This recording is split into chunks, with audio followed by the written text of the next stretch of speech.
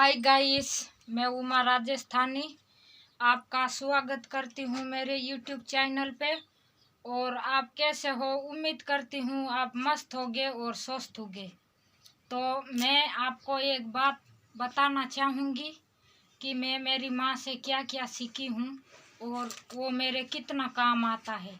मेरी माँ का ना होना मेरी ज़िंदगी में भी मेरे को लगता है कि मेरी माँ मेरे साथ में है, क्योंकि वो इस दुनिया में नहीं है, फिर भी मुझे लगता है कि मेरी माँ अभी भी मेरे साथ में है।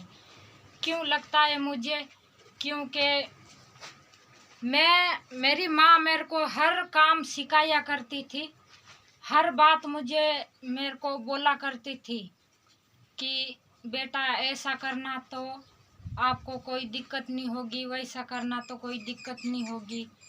तो मेरे को मेरी माँ ने सिखाया था कि चाहे मैं आपके पास में कभी हो या ना हो, तो जे आपको कभी प्रॉब्लम होगी ना, अगर आपको पीरियड्स की टाइम में आपको प्रॉब्लम होगी तो बोले थोड़ा सा एक चुटकी नमक डाल के और 2-3 गिलास पानी पी लेना तो आपका पेट नहीं दुखेगा।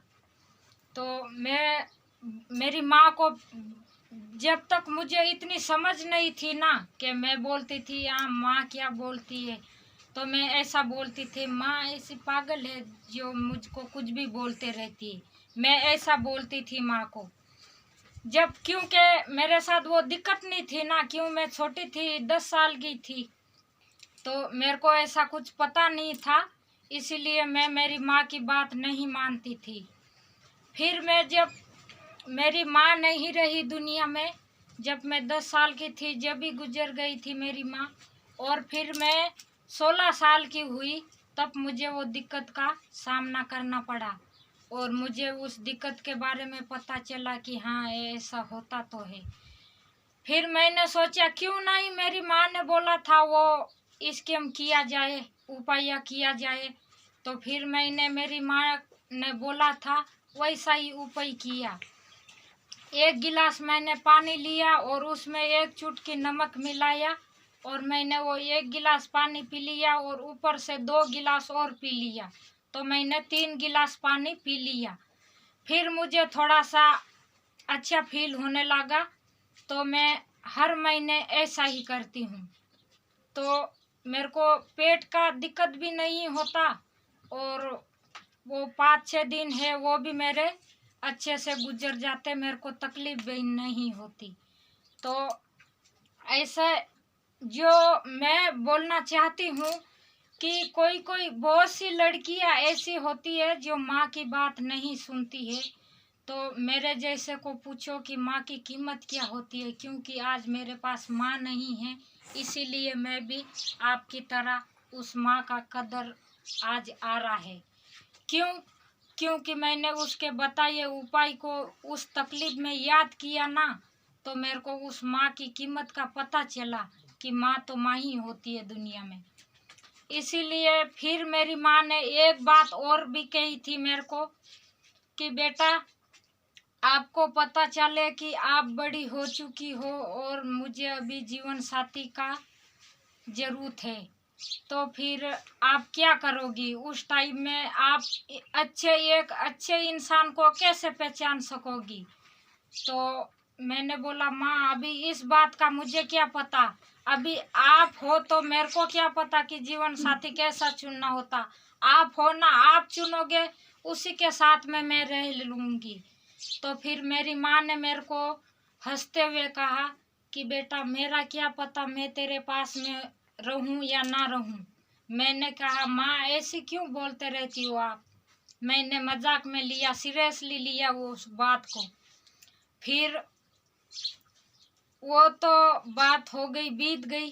फिर मेरे को समझ में आया उस बात का 16 साल के बाद में, फिर 18 साल की मैं जब हुई, जब मुझे पता चला कि हाँ अभी मुझे लगता है जीवन साथी की ज़रूरत है और मैं भी किसी का अभी जो है अपना घर बसाना चाहती हूँ, मुझे ऐसा फील हुआ।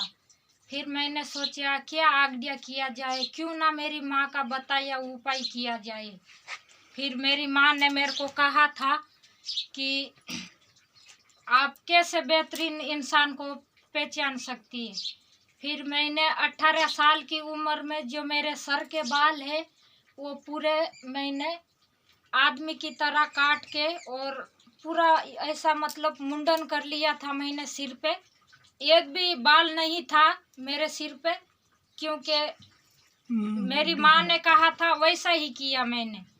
सभी बाल मैंने काट दिए थे और एकदम चिकना कर लिया था मेरा सर, क्योंकि मैं 18 साल की थी फिर भी मैंने ऐसा कर लिया।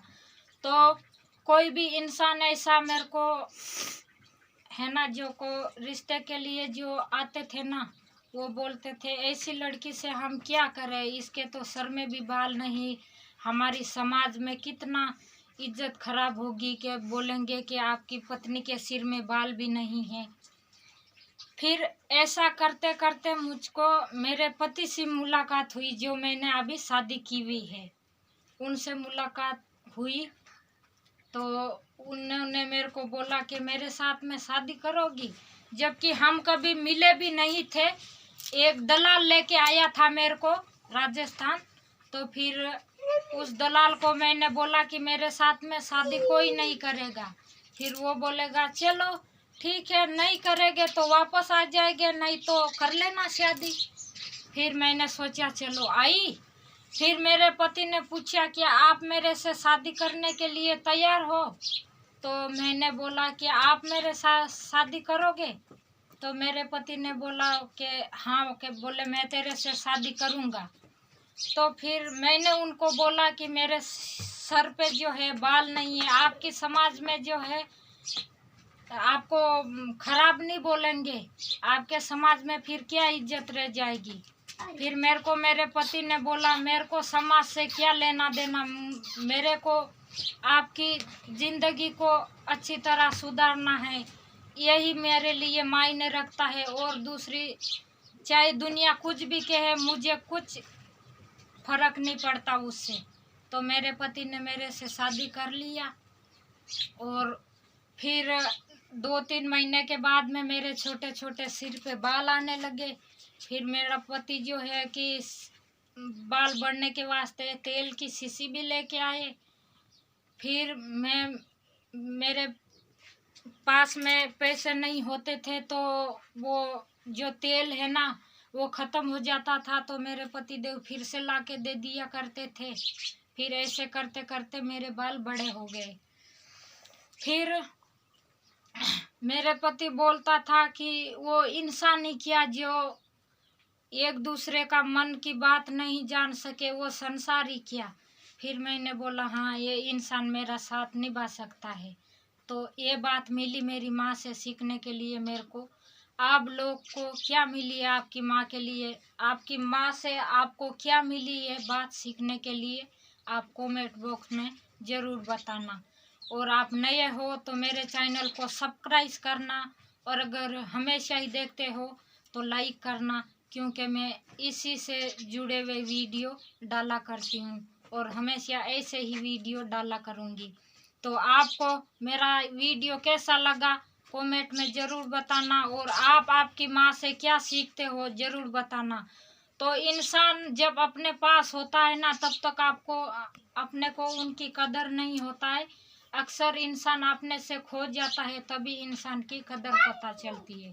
तो आपको क्या मिला है सीखने के लिए कमेंट बॉक्स में ज़रूर बताना।